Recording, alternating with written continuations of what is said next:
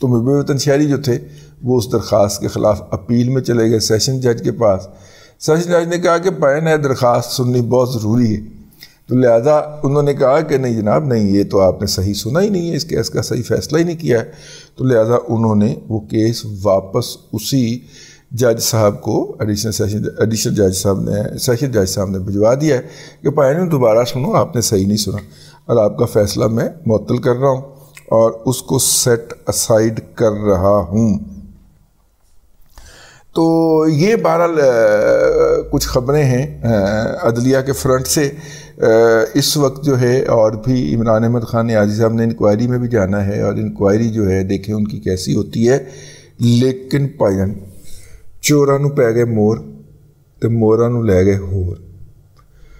جناب نجف حمید صاحب جو کہ فیض حمید صاحب کے وڈے بھائی ہیں اور وہ ایک پٹواری تھے، راتوں رات جیسے ہی ان کے بھائی جو چھوٹے بھائی وہ ISI کے سربراہ بنتے ہیں تو ان کو راتوں رات پروموشن دے کے کانوں کو بنایا جاتا، پھر انہیں نائب تحصیلدار کر دیا جاتا.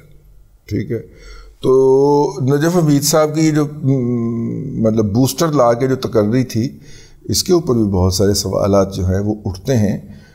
پھر نجف حمید صاحب نے انی ڈالی لطیف حال کے علاقے کے اندر، چکوال کا جو علاقہ ہے انی ہی ڈال دی. بھئی اس نے لطیف حال کے لیے اپنا ایگزٹ منظور کروا لیا موٹر وے کا، لاہور اسلام آباد موٹر وے کا جو لطیف حال والا ایگزٹ ہے وہ اس وجہ سے منظور ہوا ہے نا.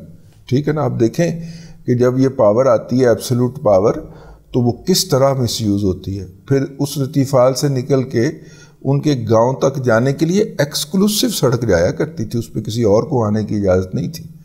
بھئی پیدل یا جانور یا اس کا تو بالکل بھی نہیں تھی، کوئی اور گاڑی بھی نہیں آ سکتی تھی اس کے اوپر چل سکتی تھی.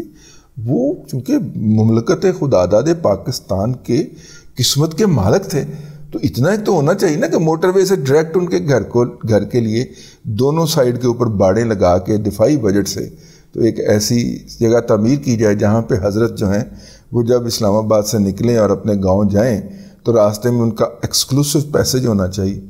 ویسے اس طرح کا ایکسکلوسیو پیسج کی ایک اور مثال ہے پاکستان کے اندر اور وہ ہے یہ جو نارووال کے علاقے کے اندر ہم نے وہ سکھوں کا گردوارہ نہیں بنایا،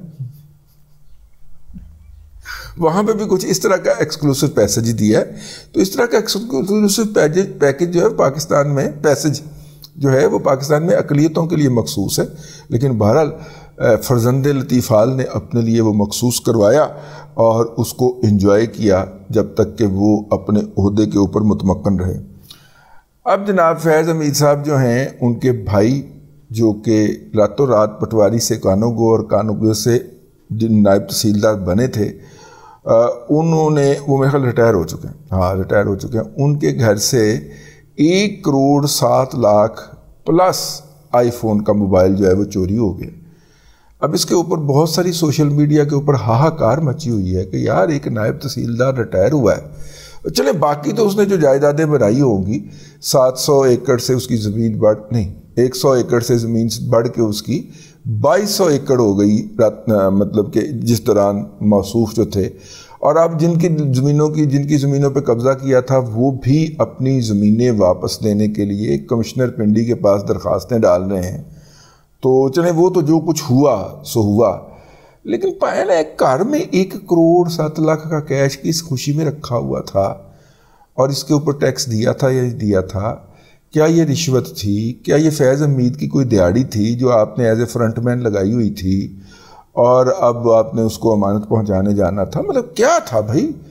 لیکن یہ سر پاکستان ہے، یہاں پہ کون پوچھ سکتا ہے جرنیل صاحب کو یا جرنیل کے بھائی کو، اور جرنیل بھی وہ فیض حمید ہو جو کہ پوری اپنی فیلڈنگ لگا کے گیا ہو، ہر شعبے میں اپنے بندے فٹ کر کے گیا ہو، اس کو تو بالکل بھی کوئی نہیں پوچھ سکتا. میرے جیسے کہ دانت توڑے جا سکتے ہیں، ٹھیک ہے نا، میرے جیسے کو باہر نکلتے ہوئے گھر سے لوگ پھینٹ کے جا سکتے ہیں. لیکن اگر میں سوال یہ اٹھاؤں، اور میں نہیں اٹھا رہا سوال، بس بائی دا وے مجھے دانت بھی عزیز ہیں اور اپنی صحت بھی عزیز ہے، تو میں یہ سوال نہیں اٹھا رہا، لیکن اگر یہ سوال اٹھائے کوئی تو کیسے اٹھائے نا پاکستان جیسی سوسائٹی کے اندر، یا جہاں پہ جس طرح سے مافیائی طرز سے پاور کو ایکسرسائز کیا جاتا ہے وہاں پہ یہ کیسے چلائی لے. لیکن سوال اٹھا دیا گیا ہے کہ جناب 1,07,00,000 روپیہ یا 1,03,00,000 روپیہ اس بندے کے پاس کر کیا رہا تھا، اور کیش کی شکل کے اندر گھر کیوں رکھا ہوا تھا انصاف؟